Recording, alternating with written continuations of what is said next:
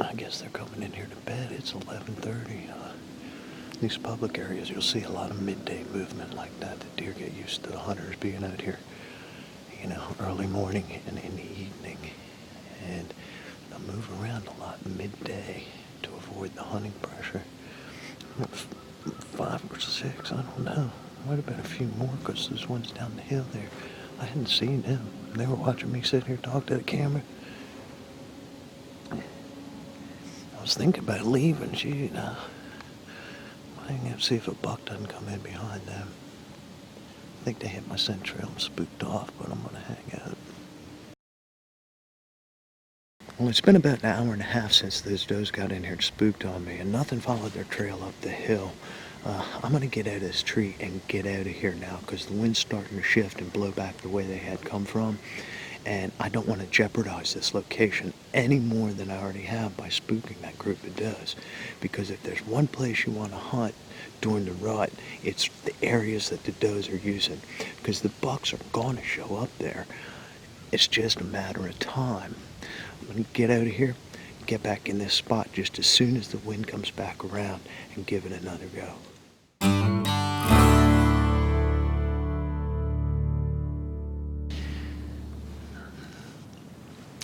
Well, it's the day before Thanksgiving, and my time to hunt the rut this year is fast coming to an end. I gave it a shot back in that spot where I spooked those does up the other morning. Hunted back in there a couple times and didn't see any deer at all. I think I really blew that spot by spooking those does off their bedding area like that. So this morning I decided to swing around, try this new spot. Real nice foggy morning. I thought I had a good shot at it. Had good sign back in here back in early October, but coming up the hill, it just lit up with glow tacks and a flashlight. I mean, you can see them right over here from the tree. The sun's lighting them up.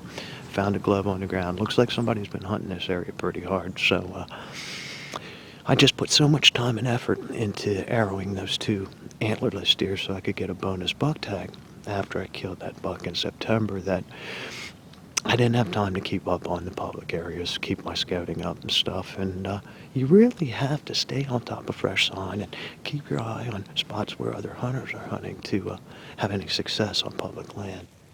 So it was back in September, right after our archery season had opened, on this very same piece of public land that I'm scouting now, that I shot that 8-point buck. Now, he was a really nice one. I feel fortunate to even have had the opportunity to arrow such a great buck on public ground. But in order to continue buck hunting, I had to tag 2 antlerless deer. Put a lot of time and effort into that, and I did get it done. But it took me most of this season's rut to do that. And then the firearms season opened. A few weeks of black powder season after that. And this put a load of pressure on the deer. Now it's January. I've gotten back in here a few miles off the road, and I'm scouting a known escape road. Now I'm finding a lot of good sign, and I'm thinking I might get back in here and give it one more shot before the season ends. Oh yeah, looky. Here, looky. Now that is a nice rub. And it looks pretty fresh too, and that's always a good sign. Hey, I've got some good news and I've got some bad news. The good news is Dana, my wife, she was out on a late season archery hunt this January, middle of January, and arrowed a nice doe for the freezer, so we topped off our freezer. The bad news? Well, this was just a few days before I had a long weekend off to hunt that sign I found down in the swamp, and I managed to butcher myself while I was butchering her deer. Did a right good number on myself, and this forced me to throw the towel in on this season and eat that bonus tag I'd worked so hard to get. But I'm not going to complain because I had a really good season this year. Back when the season started, I was hunting one of my favorite public hunting areas, and I managed to arrow a really nice 8-point buck with the camera rolling. And I also had the camera rolling when I arrowed those 2 antlerless deer to earn that bonus tag. So I can't complain. It's February now. What I'm doing out here is I'm doing some scouting With snow being increasingly rare here in the mid-Atlantic area, I'd like to take advantage of any opportunity I get to get out and do some off-season scouting when it comes down. I'll work the edge of feeding fields, walk trails, and just look for sign that big tracks are in the snow, giving me an idea of an area I want to target where a big buck has made it through the hunting season after it's closed. Snow really is an invaluable scouting tool. Put it to use whenever you can. So I guess I'll wrap this up for now and get back to my scouting and try to find some evidence that a good buck's using this area still before the snow cover melts off completely. I've also been toying with the idea of maybe trying to apply for some lottery tags, draw hunt in the Midwest, where I'd have a more realistic chance of encountering a Pope and Young buck while hunting than I would here at home. In the meantime, I want you to keep in mind that Camo Chair Productions isn't just about hunting trophy bucks.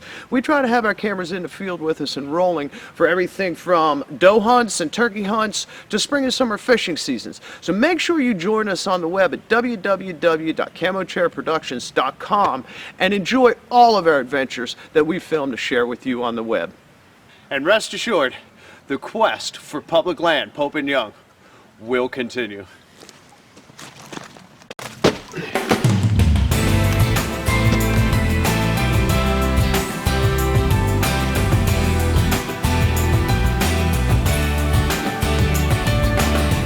To see previous videos in this series, or to catch new episodes as soon as they air, be sure to visit us on the web at www.camochairproductions.com.